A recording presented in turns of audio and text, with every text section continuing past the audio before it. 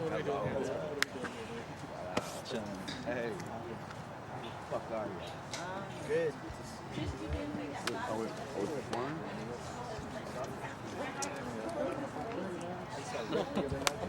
All right, everybody. Dilated is here. They're going to come up in about 5 minutes. I'm going to go to the back, grab them. They're about to come on.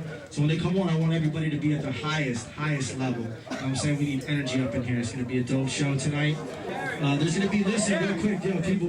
There's going to be a Q&A that we're going to do with Dilated, okay? So we're going to go in depth with Dilated. After I'm done asking questions, I'm going to walk around with the mic. If anybody has questions that they want to ask, just raise your hand when I'm done, and I'll walk around to you. I'll try and get to as many people as I can, and you guys can ask your questions, all right? So just stay tuned for a couple of minutes, and I'll be right out.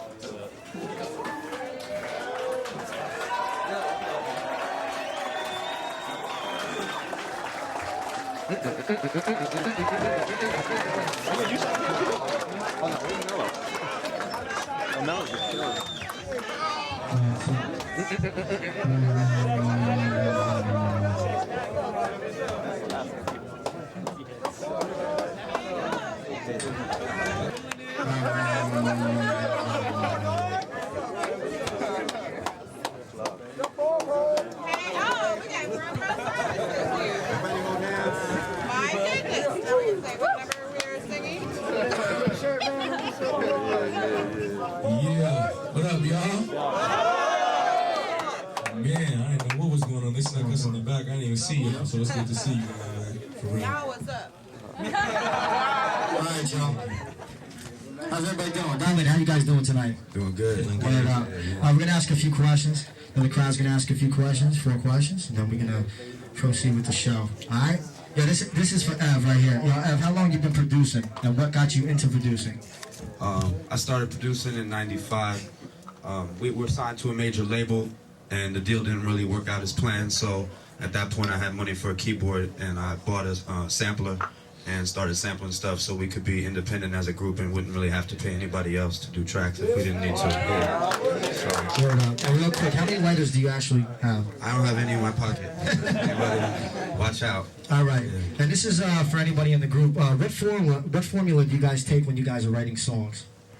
It kind of depends, man. Sometimes, you know, Ev or Babs will hit us with a beat. Babs might have a cut that'll set it off, or, you know, one of us might come with a chorus. There's no real set way. You know, we just get in there and just pull whatever comes out the cabinet sound, throw it on the stove and see what happens. But, you know, it's in the presentation. We balance it out right before we serve it up. That's where it really comes into play. Okay, word. What's the significance behind the logo? And how did you guys come up with the name Dilated Peoples? The name was actually created by Alchemist, producer who we work with, and like when you're a writer, you have to sign up with like BMI or ASCAP. So every time your song is played on the radio, you get a percentage of that, and they mail you. It's like royalties, and you have to have a company. So Rakaa's company was called Expanding Pupils, which is like almost the same thing as Dilated Peoples. And we were trying to find a name, and Alchemist was looking at that, and he was like, "Why don't you call it Dilated Peoples?"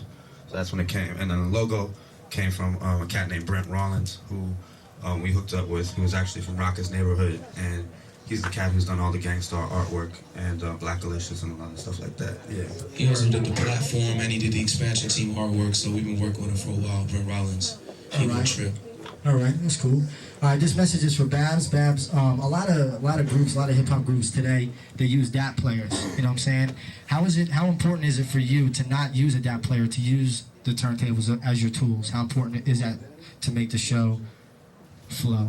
I'm not gonna front. I use it instant replay on stage first and foremost. But I spent the early days of our touring just 2 turntables and a mixer, and we went through our share of skipping right in the high point of a show, skipping in the beginning, skipping in the middle, and these guys like being pro enough to roll, and us learning how to just work through the, you know, using the turntable. It's a touchy instrument, you know what I mean, and it's part of using turntables. So after doing that for a good 4 years, you know, I moved up to this little sampler called Instant Replay, you know, because you play big shows in front of people. You can't be like, we can't be doing work the angles and it skips right in the middle of the verse and just blows the whole vibe. You know what I'm saying? And who do they look at? So instant You know, replay. but Instant my replay. use of the turntable is very prevalent. You know what I mean? I scratch every chorus. You know, I do my little solo and all that shit. You know what I mean? So excuse me. I think, you know, Sorry. also, I mean, playing a record off an actual turntable, playing a record isn't, you know, actually not a skill in itself. You're putting a needle to a record and letting it spin. But if he was mocking the cuts and wasn't really doing them, that would be some whack, you know, whack. But he's actually, you know, really cutting it live, so that's what really matters. We saw that last night. Yeah, no doubt. Yeah, you catch that. Definitely. Last He started the beat junkies that came down, everybody in the house that came down last night. Make some noise for DeFar in the Man, house. I'm at the floor.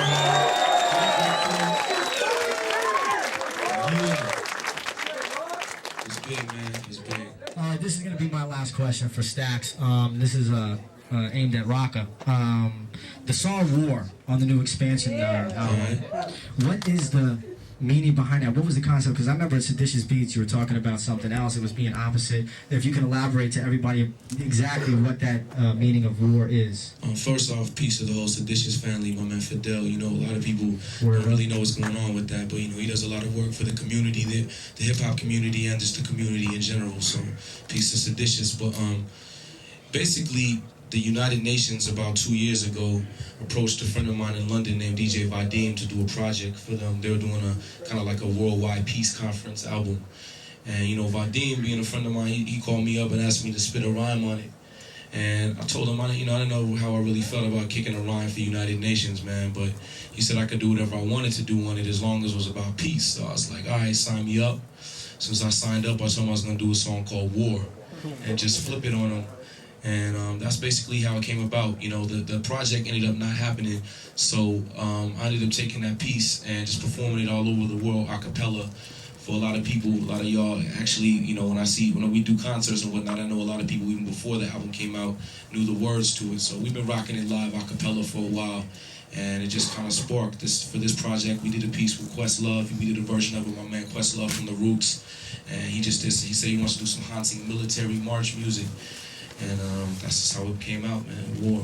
Word up. So, I'm going to take 4 questions from the crowd, so whoever's got a question, raise your hand. Anybody want to ask Dilated anything? don't be shy. I see y'all out in the streets. You got all kind of questions. This guy right here. That's real. I'm trying to... Yo, what's your name and what's your question? My name is Ernie. This is for Ev. How old were you when you started writing? Started Italian. I thought for real I would be the first 13-year-old MC out. I swear. You know, I started rapping when I was 12 years old.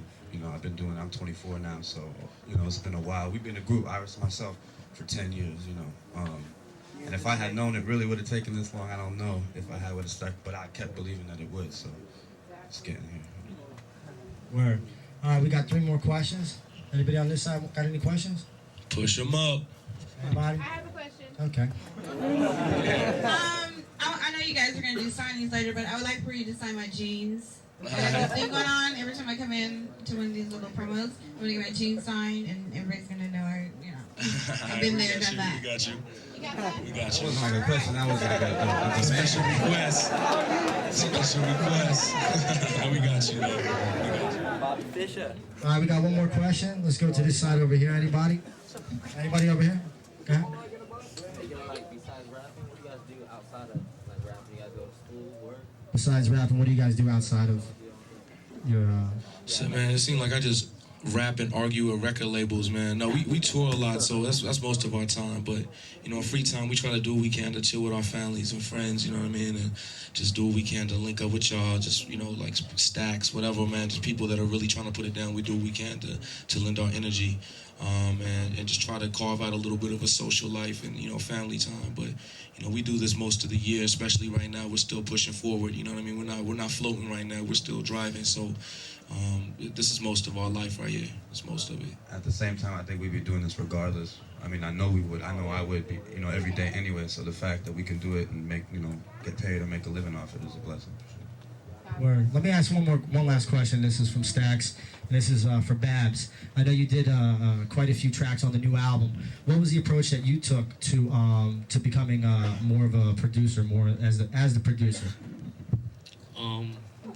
I'm lucky enough to roll with cats like Evidence and Joey Chavez and Alchemist, and even before that, I was chilling with cats, like Can Kick and Mad Lib, and I've always just been a beathead, but I was DJing, I've always tinkered with it, but it was just the last couple of years I've gotten confident to start playing my music for people. So, I'm trying to do my thing, but at the same time, I'm blessed. I got Evan Rakaa writing beautiful songs to these beats, because without these guys, they're just beats.